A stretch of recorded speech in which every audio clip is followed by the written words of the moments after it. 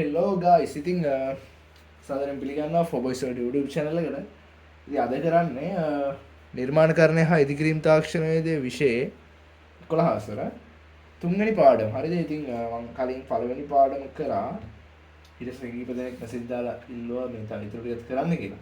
හරිද? ඉතින් අද කරන්නේ තුන්වෙනි පාඩම. දැන් ওই පාඩම මම ඊතර දැන් කරේ දෙක කරේ නෑනේ. දෙකෙන් ලොකු පාඩමක්. හරිද? දෙක වීඩියෝ එකක් මම අනිවාර්යෙන් ගේනවා.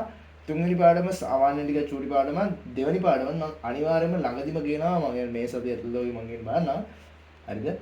එතකොට අපි තුන්වෙනි පාඩම පටන් ගමු යන්නේ. ඔව් තුන්වෙනි පාඩමේ තියෙනවා හැටුම්. හරිද? මෙතන තුන්වෙනි පාඩම. ඉතින් ඒකට ෂෝට් නෝට් එකක් තියෙනවා හදපු එකක්.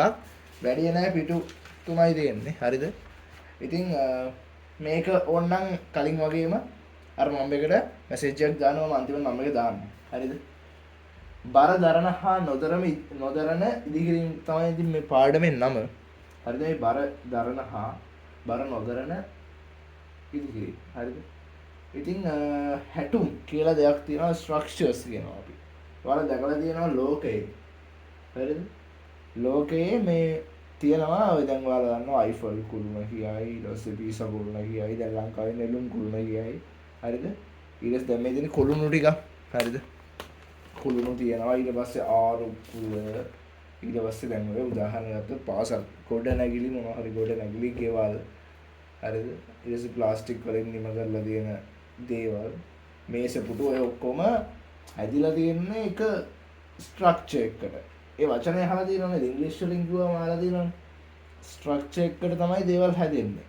ඉතින් දැන් ස්ට්‍රක්චර් එකට සිංහලෙන් කියන්නේ හැටුමක් කියලා. හරිද? දැන් මේ නිර්වචනය චුට්ටක් නිකන් පාඩම් කරගන්න එපා. ඕනේ නැහැ නිර්වචන පාඩම් කරන්න. නිර්මාණකරණය වගේ විෂයකදී නිර්වචන පාඩම් කරනවා කියන්නේ කිසිම වැඩක් නැහැ. අවශ්‍ය වෙන්නේ නැහැ. ඒතකොට දැන් නිකන් MCQ එකක් වෙන්න පුළුවන්. අප විසින් සැදූ හෝ ස්වාභාවිකව තැනී ඇති නිර්මාණයක බර දරා සිටීමට අවශ්‍ය වන කොටස් කීපය හෝ කොටස හැටුමක් ලෙස හැඳින්වේ. දැන් ඔයාලා මේ ඉගෙන ගන්නව නේද ඔය 10 වසරේදී මොයි එකලස් කිරීම කියලා.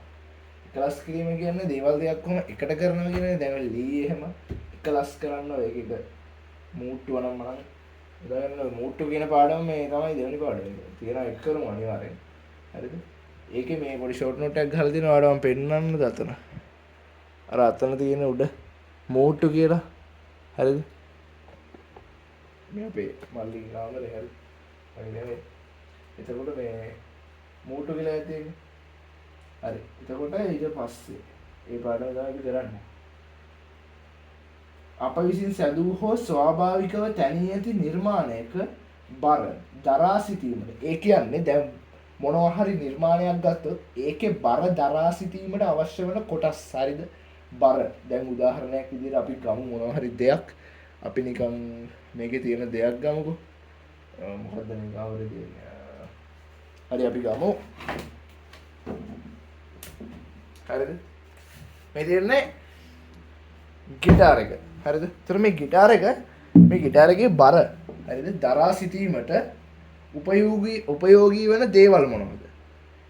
මේ ගිටාර එකේ බර දරා සිටීමට උපයෝගී වෙන දේවල් මොනවද? ගිටාර එක කෙලින් හිටෙව්වොත් ඒකේ බර දරා සිටීමට අපිට උපයෝගී වෙනවා මෙන්න මේ මේසය. තේරුණාද? මේසය උඩ තිබ්බොත් මෙහෙම හරිද? කෙලින් තිබ්බොත් මේ මේසය ඕන වෙනවනේ. එතකොට මේ ගිටාරයේ බර දරා සිටීමට අවශ්‍ය වන ස්ට්‍රක්චර් එකක්. එහෙම නැත්නම් හැටුමක් තමයි මෙන්න මේ මේසය. හරිද? දැන් ওই ගිටාරේ අරන් අපි මේසේනේ ගත්තේ. මම ගත්තේ සාමාන්‍ය මේ උදාහරණයක්. හරිද? හරිද? මේක වැඩක් නැහැ. මේක පැත්තකින් තියමු. ඕකේ.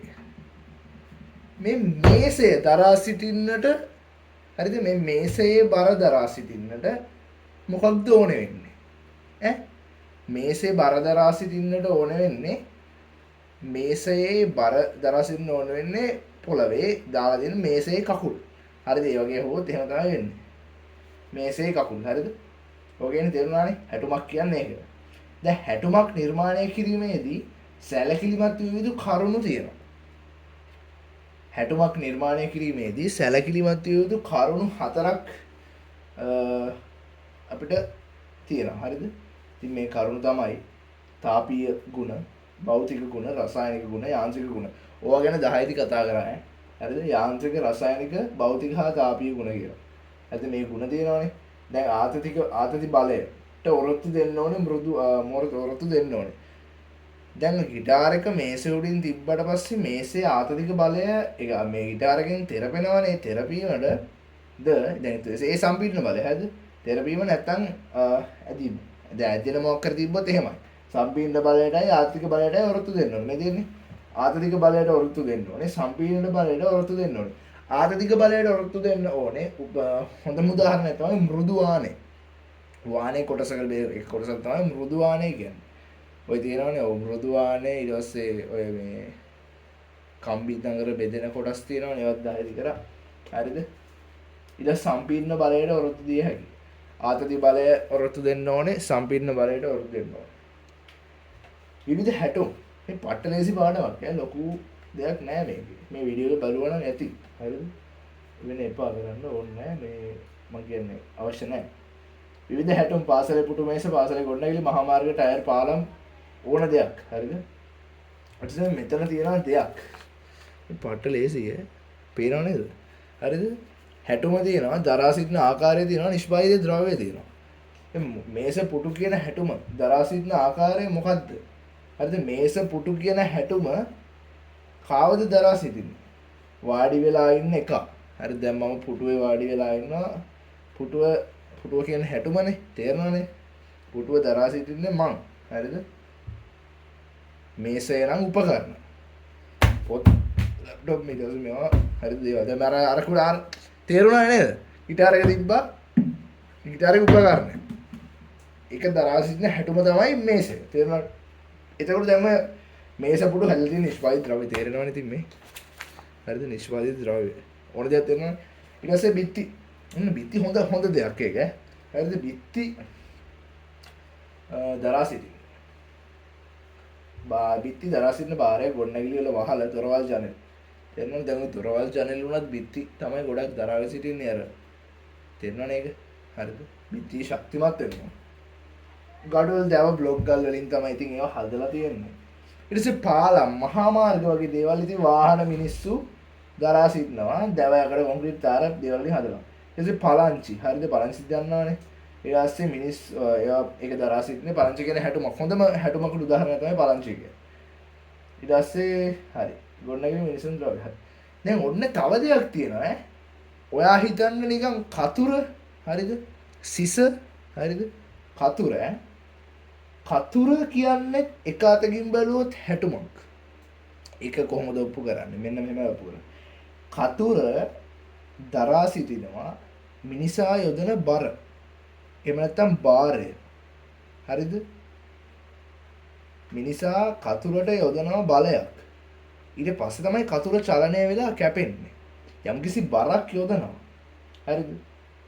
කතුර නිපදවලා දෙන්නේ වාහනේ වලින්. වාහනේ වලින් ප්ලාස්ටික් වලින්. මිනිසා බරක් යොදනවා. එම නිසා ඒක වෙනවා හැටුමක්. දැන් එහෙම ගත්තාම හැමදේම හැටුමක් කියලා ගන්න පුළුවන්. ඔව් පුළුවන්. ඇයි බැරි? ඔව් පුළුවන්. හරිද? ඔව් ඈ. දැන් ටයර් ගත්තොත් වාහනේ බර මිනිසාගේ බර රබර් වලින් තමයි හදලා තියෙන්නේ. හරිද? දැන් මේසේ වුණත් මේසේ කකුල් වලට වඩා පොළව කියන්නේ බිම. පොළව නෙවෙයි දැන්. මේසේ තියෙන ගෙදර ඇතුළේනේ. ඒතකොට යට තියෙන ටයිල් හරි එහෙම මොනවා හරිනේ. හැටුමක පවතින මූලිකාංග. එහෙම නැත්නම් හැටුමක පවතින මූලික ගුණාංග. හරිද? මූලිකාංග තමයි. ඔන්න මේක මතක තියාගන්න. ශක්තිය කල්පවත්ම හැඩයේ ස්ථායීතාවය ස්ටේබිලිටි කියනවා. ස්ටේබල් දන්නවනේ ස්ටේබල් කරනවා කියන්නේ. හරිද? ස්ථායීතාව. ඒ කියන්නේ මේ හැටුමක් දීර්ඝ කාලීනව පැවැත්වගෙන තියෙනවා. ඒකවල ඒක තමයි එකත් හැටුමක තියෙන ගුණාංගයක් මොනවද? ශක්තිය කල්පවත්ම හැඩය ස්ථායීතාව ආරක්ෂිත සහිත බව. හරිද? දැන් පාලමක් ආරක්ෂිත රහිත වුණොත් බෑනේ නේද? වැටෙනවනේ මේ වාහනේ.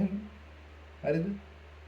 මානව මිතික විද්‍යානුකූල බව. ඔන්න වචනයක් ඈ. ඔය වචනේ තේරුම අපි හිමීට දැනගමු දැන්. මානව මිතික විද්‍යානුකූල බව කියන්නේ මිනිසාගේ ආකාරයට ඔහුට ගැළපෙන හැඩය මිනුම් හා සුව පහසු බැවින් හැටුම නිර්මාණය කිරීම කියන එක. ඕක ලියන්නේ නැහැ මානව මිතික විද්‍යානුකූලව කියලා.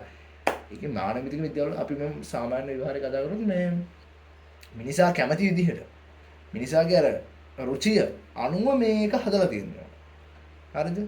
දැන් පාලමක් අපි නිකන් උදාහරණයක් ගමු මිනිසාගේ අරුචිය මිනිසා කැමති නැති විදිහට ඒ පාලම හදන්න බෑ. හරිද? නිකන් අපි හිතමු කොහොමද ඒක හිතන්නේ අපි මිනිසාගේ රුචිය මතන ඒක කරන්න ඕනේ. අපි නිකන් චූටි උදාහරණයක් ගමු. හරි කතුරේ අර ඇඟිලි දෙක දාන හිල් දෙක මේ කටු වෙන්න බෑනේ. ඒක රවුම් වෙන්න ඕනේ. එතකොට කපන්න ලේසි. ඒක මම නිකන් ගත්තේ උදාහරණයක්. හරිද? ඒකයි කියන්නේ මානව මිතික විද්‍යානුකූල බව කියලා. සේ 3R ක්‍රමය. 3R ක්‍රමය කියන්නේ සම්පත් අර පිරිමැස්මෙන් භාවිතා කරන්න ඕනේ. ඒ කියන්නේ දැන් ඔයක හැටුමට සම්බන්ධ වෙන්නේ මෙහෙමනේ. හරිද? හැටුම තියෙද්දි සම්පත් විනාශ වෙන්න බෑ. ඒ සම්පත් අර පිරිමැස්මෙන් පාවිච්චි කරන්න ඉඩ සලසා දෙන්න ඕනේ හැටුමෙන්. හරිද? දැන් උතනින් අපි මතක් කරමු මේ 3R කියන එක. reduce, reuse සහ recycle. හරිද? දන්නවනේ 3R එක. එතකොට අඩු කිරීම නැවත භාවිතය හා ප්‍රචක්ෂීකරණය. හරිද? දන්නවනේ.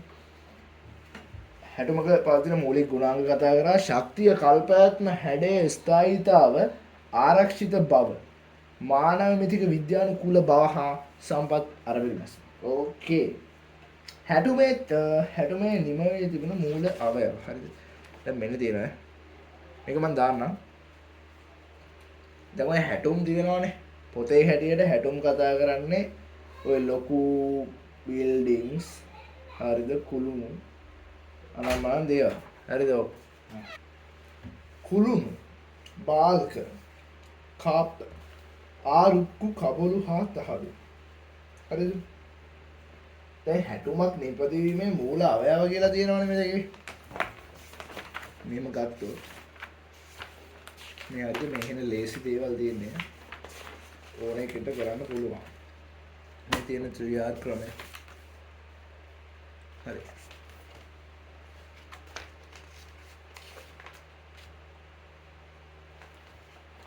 දැන් උතන ඔය කුළුණු කියන්නේ කොලම්ස් කියන එක. හරිද? කුළුණක් කියලා වෙනම හඳුන්වනවා. උතන කුළුණ කියන්නේ යම්කිසි උස් දෙයක් කියන එක. හරිද? අපි උදාහරණයක් ගමු හැටුම් කියලා ගන්න ඔය ඇටෝම් ගන්න ඔය. හරිද? ඔය දැන් කුළුණක් හදද්දි මොන හරි යම්කිසි උස දෙයක් හදද්දි ඒකට දාන අතිවාරම කියන. හරිද? තමයි උතන කුළුණු කියලා හඳුන්වන්නේ. දැන් ඔය කුළුණු නිර්මාණය කිරීම ඔය දැන් ඔය මම කියන්නේ හැටුම් නිපදවන විවිධ ක්‍රම කිව්වොත් නෝ නිවැරදි. හැටුම් නිපදවන විවිධ ක්‍රම. හරිද? කුළුණු නිර්මාණයේදී ඒට බලපාන අක්ෂීය ධාරිතාව හා බකල ධාරිතාව පිළිබඳව හරිද? පිළිබඳව සැලකිලිමත් වෙන්න ඕනේ.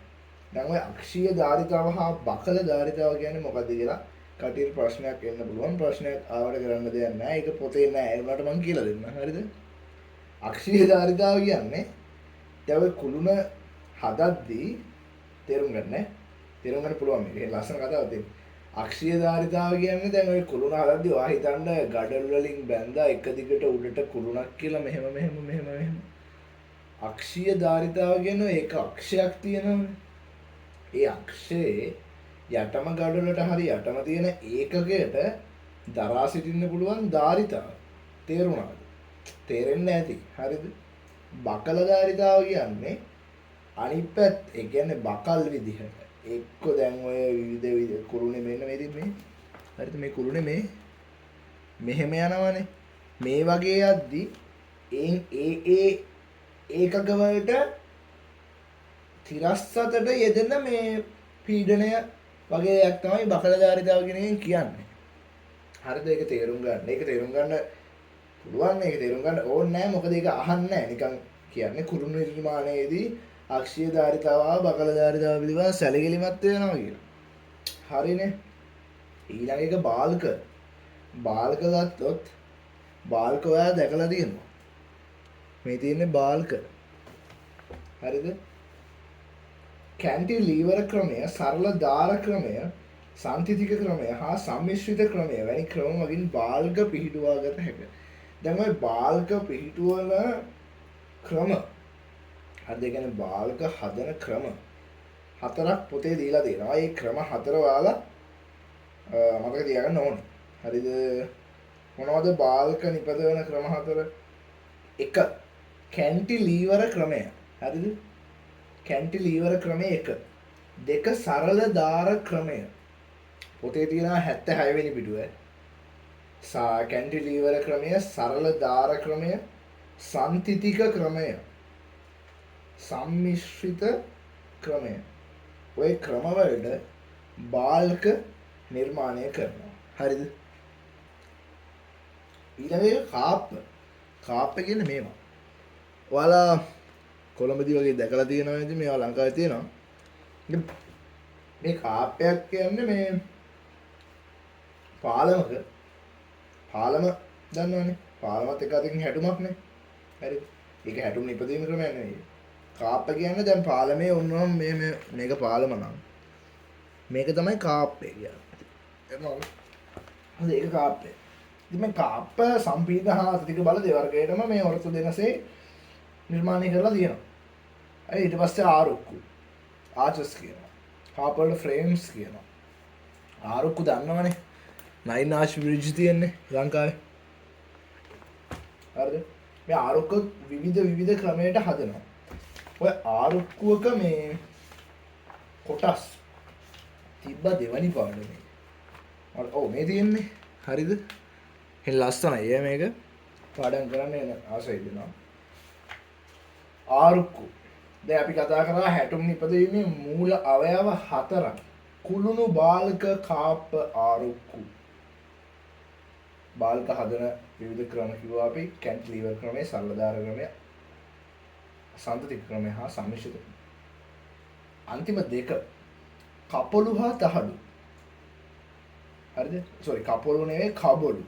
කබොළු කියන්නේ මේ තියෙන්නේ. හරිද? ඔක දන්නවනේ. ඔක දැකලා ඇති ඔයාලා මේ අර හෙළ බොජුන් හල් තියෙන්නේ concept එක ලංකාවේ. එව්වයි ඊට පස්සේ අර හිරු එළිය ලබා ගන්න ඕන ඉන්ඩෝ මේ වගාවන් තියෙන්නේ. ගෘහාශ්‍රිත ගෘහයක් ඇතුළේ තියෙන විවිධ පැල තවාන් ගත්තාම ඕවට හිරු එළිය ලස්සනට මේ ලබා ගන්න අර වගේ කබොළු ෂෙල්ස් නැත්තම් හරිද? වගේ දේවල් නිර්මාණය කරලා තියෙනවා. මේකත් හැටුම් නිපදවන මූලාවයවය. ඊළඟ එක තහඩු. ඔයාලා දන්නවනේ තහඩු ෂීට්ස්. හරිද? තහඩු. හැටුම් නිර්මාණයේදී තුනී තහඩු හා ඝන තහඩු භාවිතා කරනවා. හරි තුනී තහඩු දෙනවා ඝන තහඩු දෙනවා. තේරුණානේ? ඕන දැන් ලස්සන දෙයක් තව. හරිද? හැටුම් මත ක්‍රියාත්මක වන බාරයන්. පළවෙනි එක අජීවී බාරය. නැත්නම් අජීවී බර. අපි කියනවා මල බර කියලා ඒකට. ඉතින් දැන් ඔය හැටුම් මත ක්‍රියාත්මක වන බර දිනනවනේ. උදාහරණයක් අපි ගමු මේ හැටුම් මත ක්‍රියාත්මක වන බාරයන් ගැන කතා කරද්දී අපි ගමු පාලම. හරිද? අජීවී බර කියන්නේ ඒ පාලම මත දීර්ඝ කාලයක් නොවෙනස්ව පවතින ස්ථිතික බාරයක්. දැන් මොනවද ඒ යම් ද්‍රව්‍ය මත එහෙම නැත්නම් අපි උදාහරණයකට ගත්ත අපි පාලම ගත්තා. ඒ පාලමේ දීර්ඝ කාලයක් නොවෙනස්ව පවතින්නේ මොනවද? ගඩොළු. හරිද? සිමෙන්ති පාලම බැඳපු දේවල්. හරිද? උඩින් දැම්ම නම් තාර එව්වා. ඒව තමයි ඒ හැටුමේ මල බර. එහෙම නැත්නම් අපි කියනවා අජීවී බාරය කියලා. දෙවැනි එක තමයි සජීවී බර. සජීවී බාරය නැත්නම් අපි කියනවා සලබර කියලා. ඉතින් මේ සලබර කියන්නේ සාමාන්‍යයෙන් ස්ථිර නොවන චාලක බාරයක්. හරිද? උදාහරණයක් ගමු. අර උදාහරණෙම අපි ගමු පාලම මත මිනිස්සු ගියා නම් සත්තු ගියා නම් හරිද? පාලම මත මිනිස්සු සත්තු නැත්නම් පාලම මත මොන හරි වාහනයක් යනවා නම් තේරුණාද? වාහනයක් යනවා නම් පාලම මත මේසයක් තියලා ඒක උඩ නැගලා හිටියා නම් මේසයක් තිබ්බත් හරිය ඒක උඩ නගින්න ඕනේ නැහැ. ඒවා අපි කියනවා සජීවී භාර කියලා. ඒක ස්ථිර නැහැ. ස්ථිරේවට අපි කියන අජීවී භාර කියලා. තේරුණාද? ඔව්. සජීවී භාරයන් සඳහා බලපාන සාධක කිහිපයක් අපිට දීලා තියෙනවා. ওই සජීවී භාරයන් සඳහා මොමෙන්ටම්, ভাইබ්‍රේෂන්, හරිද? ෆිගර්, ඊට පස්සේ ඉම්පැක්ට් කියලා තියෙනවා. ගම්ම්‍යතාව කියන එක ඔයාලා සයන්ස් වලට ඉගෙන ගන්න ඇති. මොකද්ද ගම්ම්‍යතාව කියන්නේ? ගම්ම්‍යතාව කියන එකට සූත්‍රයක් තිබ්බ නේද 10 වසරේ. සයන්ස් වල මට මතක නැහැ, මතක විදිහට P සමානයි mv වගේ මොකක් කරන්නේ. ඒකද මම මතක නැහැ. ප්‍රවේගයේ ගුණ කිරීම ස්කන්ධය නේ. P සමාන mv මතක. හරිද? ගම්ම්‍යතාව. මේ ගම්ම්‍යතාව කියන්නේ මොකද්ද? ඔයාලා දන්නවා. ගම්ම්‍යතාව කියන්නේ ඝර්ෂණය වගේ දෙයක්. හරිද? ඒ කියන්නේ අපිට දැන් අපි ගමන් කරද්දී හරිද? කොහොම දැන් පාලමුඩින් වාහනයක් ගමන් කරනවා නම් ඒකට පාලම මගින් යෙදෙන බලය කිව්වොත් හරි. ඒක තමයි ගම්ම්‍යතාව කියන්නේ. ඊටසේ කම්පනය. දැන් ඔය ටයර් ඔහොම යද්දී චුටි කම්පන ඇති වෙනවනේ. ඔය කම්පන මේ සජීවී භාරයට බෙහෙවින් මේ බලපාන. එම නිසා පාලමට හානි වෙන්න පුළුවන්. ඉතින් ඒක තමයි ඒකට සජීවී භාරය කියන්නේ. ඊපස්සේ විඩාව හා ගැටුම. එහෙම දෙකකුත් තියෙනවා. හරිද? ඔතන දැන් ගැටුම කියන්නේ පාලම උඩ ගහ ගන්නවා කියන එක නෙවෙයි. ඝට්ටනය කියන එක. හරිද? මිනිසෙක් හිටගෙන හිටියොත් උගේ සෙරප්පු දෙකයි ඌයි ගෑවිලා තියෙනවනේ. තමයි සාමාන්‍ය දේ ඉතින්. ඝට්ටනය. තුන්වෙනි එක අපි දැන් කතා කරා හැටොම් වල ක්‍රියාත්මක කරන භාරයන් දෙකක් අජීවී බර හා සජීවී බර. තුන්වෙනි එක තමයි පාරිසරික භාරයන්.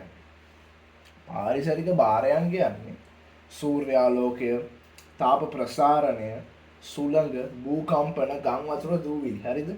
සූර්යාලෝකය ආවට පස්සේ හරිද? දැන් ඉතින් අපි ගත්තේ පාලමනේ උදාහරණයට. පාලමට මොකුත් වෙන්නේ නැහැ හිරු එළිය වෙන්නා කියලා. හරිද? පාලම රත් වෙන්න පුළුවන්. ඒකෙන් මොකුත් නැහැ. දැන් ඔය තාප ප්‍රසාරණය වෙනවනේ. ඔයා දන්නවා තාප ප්‍රසාරණය වෙද්දී ඔය දේවල් මේ ලොකු වෙනවා. හොඳම උදාහරණය තමයි රේල් පීල්ල. රේල් පීල්ල කියන්නේ නියම හැටුමක්. රේල් පීල්ල ප්‍රසාරණය වෙනවා කියලා ඔයාලා සයන්ස් වලට ඉගෙනගෙන තියෙනවා. අවුව වැටුණට පස්සේ යකඩ හරි වීදුරු නැත්තම් ඕන දෙයක්. හරිද? ප්ලාස්ටික් හැර ඕන දෙයක්. ප්ලාස්ටිකුත් සාමාන්‍ය ලෙස චුට්ටක් ප්‍රසාරණය වෙනවා. සෑම දෙයක්ම සූර්යාලෝකයේ එහෙමත් නැත්නම් තාපයේ සැපීමෙන් ප්‍රසාරණය වෙනවා. සිසිලක් ලැබීමෙන් සංකෝචනය වෙනවා. දැන් පාලම තියෙන ඒ තාර හරි ටික කාලයක් යද්දී කොහොම වෙලාව ඉරිතැලීමට පටන් ගන්නවා. මේක පාරිසරික භාරයක් එක. හරිද? ඊළඟට සුළඟ. ඔයා හිතන්න නිකන් ටොනේඩෝ එකක් වගේ ආවා කියලා පාලම කඩන් වැටෙන්න පුළුවන්. භූකම්පන, ගම් වතුර, සුළඟ, දූවිලි. තේරෙනවනේ. ඊට පස්සේ අවසාන එක වෙනත් භාරයක්. වීඩියෝ කොච්චර දිග 23යි විනාඩි 23යි. හරි. අපි විනාඩි 30න් එකක් කළා දාමු. 30ක් කියන්නේ තේරෙව බලන්න. වෙනත් භාරයක්. ආධාරකවල තැන්පත් වී ඇති ආධාරකවල ද්‍රව්‍ය තැන්පත් වීම. හරිද? දැන් ඔය ආධාරක කියන්නේ මෙව්වනේ. පාලම අපි උදාහරණයට ගත්තා. පාලම හදලා තියෙනවා. හරිද? අපි කිව්වා කබලු කියලා දාතියක් තියෙනවා කියලා. ඒ කබලු ටික සම්බන්ධ කරලා තියෙන ඇන ගත්තොත් ඒ ඇන මත විවිධ ද්‍රව්‍ය තැන්පත් වෙනවා. ඔයා හිතන්න ගම් වතුරකින් ගහගෙන ඇවිල්ලා මොකෙක් හරි සතෙක් මැරිච්ච එකෙක් ඒ ඇනේ ඇඹරිලා හිටියා කියලා. එයා හැටුම මත ක්‍රියාත්මක වෙන වෙනත් භාරයක්. තේරුණාද? ඊට පස්සේ ගින්දර. ගින්දර ගන්නේ පාරිසරික භාරයන් වලට නෙවෙයි. මොකද අපිට ඒ කියන්නේ මිනිසානේ අපි ගින්දර මතු කරන්නේ. දැන් ඔය ලැබු ගිනි වගේ තිබ්බොත් එව්ව පාරිසරික භාරයන්. එව්ව හරි. මෙතන ගින්දර කියන්නේ මිනිසා විසින් නිපදවන ගින්දර. හරිද? ඔන්න වෙනත් බාරයන් වලට මේ හොඳම උදාහරණය තමයි ලෝහ විකාදනය නැත්තම් මල බැදීම කියලා කියනවා. ඉතින් මේ මල බැදීම හරිද? පාලමේ තියෙන යකඩ මල බඳින මේ මල බැදීම හොඳම වෙනත් බාරයක්. මේකත් එක බාරයක්, එක බලයක්. හැඩම මත කියා තුන බලයක් මල බැදීම. හරිද? ඕකේ. ගඩොල් වලට අමතරව බාරයක් දරා සිටින බිත්ති බර දරන බිත්ති වේ. හරිද? තේරුණානේ? ඕකේ. ඊළඟ ටික තියෙනවා. කොයි ඊළඟ ටික පේනවද? මෙතන තියෙනවා නිර්මාණයක් සකස් කරන්නේ කොහොමද කියලා. අපි නිර්මාණයක් සකස් කරමු. හරිද? කරමු කියන්නේ කරන විදිහ ඔයාලට එකක් ලියන්න එන්න පුළුවන් විභාගෙට. හරිද? මෙන්න මේක ඔයාලා පොඩ්ඩක් පියවර වශයෙන් හරි කමක් නැහැ මතක තියාගන්න. නිර්මාණයක් බිහි කිරීමේදී ඕනෙම නිර්මාණයක්. හරිද? එකම දේ තියෙන්නේ නිර්මාණකරණය හා ඉදිකිරීම තාක්ෂණයේදී විශේෂ. නිර්මාණයක් බිහි කිරීමේදී කරන්න ඕනේ පියවරවල් ටික තමයි මේ තියෙන්නේ. හරිද? එතකොට මේ පියවරවල් ටික මම දැන් ඔයාලට කියනවා. පියවරවල් ටික ඔයාලා නිකන් ෂේප් එකේ මතක තියාගන්න. හරිද? ඔව්. පළවෙනි පියවර තමයි නිර්මාණයේ සැලැස්ම. සැලැස්ම ගහගන්න ඕනේ මොන මගුල කරන්නත් කලින්. හරිද? ඊළඟ දෙවෙනි එක තමයි නිර්මාණයට අවශ්‍ය ද්‍රව්‍ය ලැයිස්තුව. අපි කතා කරා පළවෙනි පාඩමේ ආයුධ හා උපකරණ එකේදීත් ඕක. අවශ්‍ය ද්‍රව්‍ය ලැයිස්තුව. ආයුධ ඕනේ, උපකරණ ඕනේ, සමහාරක ද්‍රව්‍ය ඕනේ, විවිධ දේවල් ඕනේ. හරිද? හැටුම් නිපදවන්න අවශ්‍ය දේවල්. තුන්වෙනි පියවර තමයි නිර්මාණයට ගොඩනැගීමට අවශ්‍ය උපකරණ ගැනීම. ඒකත් අරකමයි. හරිද? ඒතර තුන පියවරක් නැහැ. නිර්මාණයේ සැලැස්ම, නිර්මාණයට අවශ්‍ය ද්‍රව්‍ය ලැයිස්තුව. හරිද? ඒ අවශ්‍ය ද්‍රව්‍ය ඊට පස්සේ නිර්මාණය ගොඩනැගෙන උපකරණ. ඒකමනේ. හතරවෙනි එක ගත්තොත් හතරවෙනි එක තුනනේ. නිර්මාණය සඳහා සුදුසු ශිල්පීය ක්‍රමය. දෙවනි පාඩමේ තියෙනවා බැමි බදින ක්‍රම. එහෙම නැත්නම් බැමි ක්‍රම කියලා තියෙනවා. ඉංග්‍රීසි බැම්ම, බඩගල් බැම්ම සහ ප්ලෙම්ෂ් බැම්ම කියලා එකක් තියෙනවා. ඉතින් මේ ඒ බැමි බැදීමට ගන්න එක ශිල්පීය ක්‍රමයක්. හරිද? නිර්මාණය සඳහා යොදා ගන්න ශිල්පීය ක්‍රමය. ඊළඟට නිර්මාණයක් බිහි කිරීමේදී ඔන්න දැන් ශිල්පීය ක්‍රමය හොයාගත්තා. ඔන්න දැන් නිර්මාණය කරනවා. හරිද? දැන් මේ නිර්මාණය කරනවා කියන එක කියන්නේ නැතුව අපි කරන්නේ එක පිරිසිදුව. එහෙමත් නැත්නම් අලංකාරව, හරිද? පවිත්‍රව නිමැවුම් කිරීම. ඒක තමයි එතකොට හතරවෙනි මේ එහෙම නැත්නම් අරග තිබ්බොත් පස්වෙනි පියවර එන්නේ. හරිද? ඉතින් ওই නිර්මාණ බිහි කිරීමේදී අපි සැලකිලිමත් වෙන්න ඕනේ උපකරණ ආරක්ෂාව, නිර්මාණ ආරක්ෂාව, නිමැවුම ආරක්ෂාව, ඒ වගේම බරපතල ලෙස පුද්ගල ආරක්ෂාව. හරිද? තියෙන්න ඕනේ. නිර්මාණයක් ඕනම දෙයක් බිහි කරද්දී පාලමක් වුණා. අපි ගත්තේ උදාහරණයක් පාලමක්නේ. හරිද? විනාඩි 28ක් ගිහිල්ලා 30න් කට් කරන්න ඕනේ කොහොම හරි. හරි. දැන් නිර්මාණයක් ඉදිකිරීම. හරිද? නිර්මාණයක් ඉදිකරන්න කියලා එනවා. විභාගෙට දෙන්න පුළුවන් මේසයක් ඉදි කරපන් කියලා. හරිද? මේසයක් හරිද? ලී මේසයක් ඉදි කරන්න කියලා මොකක් හරි එහෙම ප්‍රශ්නයක් එන්න පුළුවන්. හරිද? මේ වගේ ප්‍රශ්නයක් ආවොත් ඔයා මේ ප්‍රශ්නේ ලියන්න ඕනේ එක කොටුවක් ඇතුලේ. හරිද? මම දැන් මේ ප්‍රශ්නේ කරන විදිය කියලා දෙනවා. මෙන්න මේ වගේ. නිර්මාණය කියලා ලී හිරමණය කියලා මෙහෙම දානවා. ලී හිරමණ නැත්තම් ඔයා හදන ඕන දෙයක් එහෙම දානවා. ඕක අපි මේ ওই කොටුව ඇතුලේ ඊට පස්සේ ලියන්න ඕනේ ප්‍රධාන කරුණු දෙකක්. පළවෙනි එක තමයි නිර්මාණයේ අවශ්‍යතාව. දෙවෙනි එක තමයි නිර්මාණයෙන් ඉටු විය යුතු කාර්ය. හරිද? නිර්මාණයේ අවශ්‍යතාවයයි නිර්මාණයෙන් ඉටු වෙන්න ඕනේ මොකක්ද කියන එක. ඊට පස්සේ අවශ්‍ය නම් විතරක් පල්ලෙහායින් සැලකිය යුතුයි කියලා දාන්න ඕනේ මොනවා හරි දෙයක්. උදාහරණ වශයෙන් සෑම දිනකටම මෙම මේසය 5 වතාවකට වැඩි වාර ගණනක් භාවිතයට ගැනීම වගේ දෙයක් දාන්න ඕනේ. හරිද? හිරමණයක් ගත්තොත් සෑම දිනකම මේ තුන් වරක් හෝ ඊට වැඩි ගාණක් භාවිතයට ගැනීම කියලා තියෙනවා. නැත්තම් මලකඩ කෑම වගේ දේවල් තියෙනවානේ. භාවිත කරේ නැත්තම් පළවෙනි එකට ලියන්නේ නිර්මාණයේ අවශ්‍යතාව කියන එකට. එදිනදා ළමුන්ට පාඩම් කිරීමට හා ඉඩ සලසා දීම. මේ සාධන්නේ පාඩම් කිරීමට ඉඩ සලසා දෙන්න. නිර්මාණය නිතුව යුතු කාර්ය දෙවැනි එක තරු ලකුණු දෙකක් දාලා ලියන්න. ළමුන්ගේ පොත් පෑන් පැන්සල් ද්‍රව්‍ය මේසය මත තබා ගැනීම. උගේ අත් දෙකක් තබා ගන්න ඕනේ. හරිද? එතකොට ඒවා තබා ගන්න තමයි මේසෙ ඕන වෙන්නේ. මේසෙ පාඩම් කියලා දෙන්නේ නැහනේ. තේරෙනවනේ? පාඩම් කිරීමට ඉඩ සලසා දෙනවා. ඒක තමයි අවශ්‍යතාවය. හරිද?